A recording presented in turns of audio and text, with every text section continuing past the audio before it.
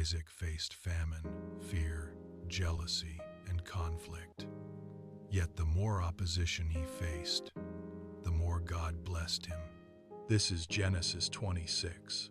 Now there was a famine in the land besides the previous famine in Abraham's time, and Isaac went to Abimelek, king of the previous place, Philistines in Gerar. The Lord appeared to Isaac and said, "Do not go down to Egypt. Live in the land where I tell you to live. Stay in this land for a while, and I will be with you and will bless you. For to you and your descendants I will give all these lands, and will confirm the oath I swore to your father Abraham. I will make your descendants as numerous as the stars in the sky, and will give them all these lands. And through your offspring all nations on earth will be blessed." Because Abraham obeyed me and did everything I required of him, keeping my commands, my decrees, and my instructions. So Isaac stayed in Gerar. When the men of that place asked him about his wife, he said, "She is my sister," because he was afraid to say, "She is my wife." He thought, "The men of this place might kill me on account of Rebekah, because she is beautiful." When Isaac had been there a long time, Abimelek, king of the Philistines, looked down from a window and saw Isaac caressing his wife Rebekah. So Abimelek summoned Isaac and said, "She is really your wife. Why did you say, 'She is my sister'?" Isaac answered him, "Because I thought I might lose my life on account of her." Then Abimelek said, "What is this you have done to us? One of the men might well have slept with your wife, and you would have brought guilt upon us."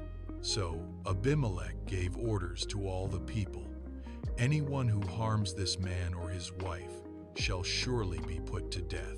Isaac planted crops in that land, and the same year reaped 100-fold, because the Lord blessed him. The man became rich, and his wealth continued to grow until he became very wealthy. He had so many flocks and herds and servants that the Philistine 100 BM. So all the wells that his father's servants had dug in the time of his father Abraham, the Philistines stopped up, filling them with earth. Then Abimelek said to Isaac, "Move away from us. You have become too powerful for us." So Isaac moved away from there and encamped in the valley of Gerar, where he settled. Isaac reopened the wells that had been dug in the time of his father Abraham, which the Philistines had stopped up after Abraham died, and he gave them the same names his father had given them. Isaac's servants dug in the valley and discovered a well of fresh water there. But the herders of Gerar quarreled with those of Isaac and said, "The water is ours." So he named the well Esek, because they disputed with him. Then they dug another well, but they quarreled over that one also. So he named it Sitnah. He moved on from there and dug another well, and no one quarreled over it. He named it Rehoboth, saying, "Now the Lord has given us room, and we will flourish in the land." From there he went up to Beersheba. That night the Lord appeared to him and said, "I am the God of your father Abraham. Do not be afraid, for I am with you.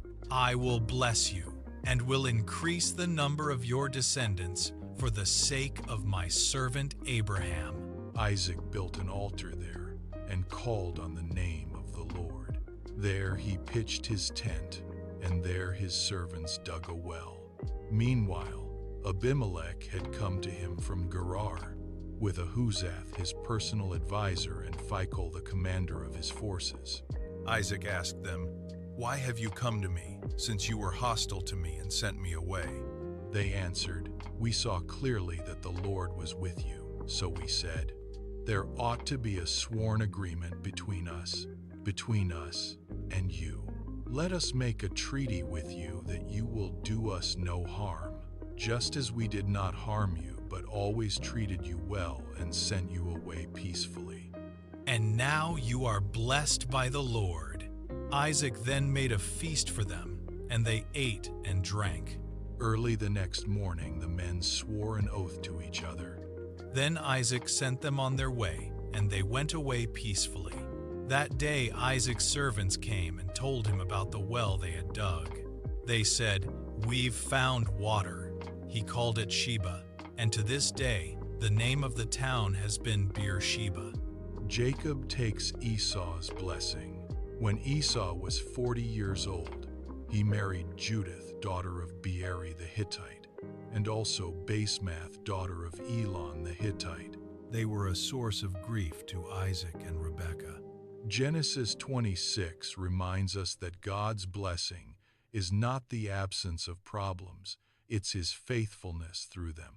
Even in the struggle, the Lord was with Isaac.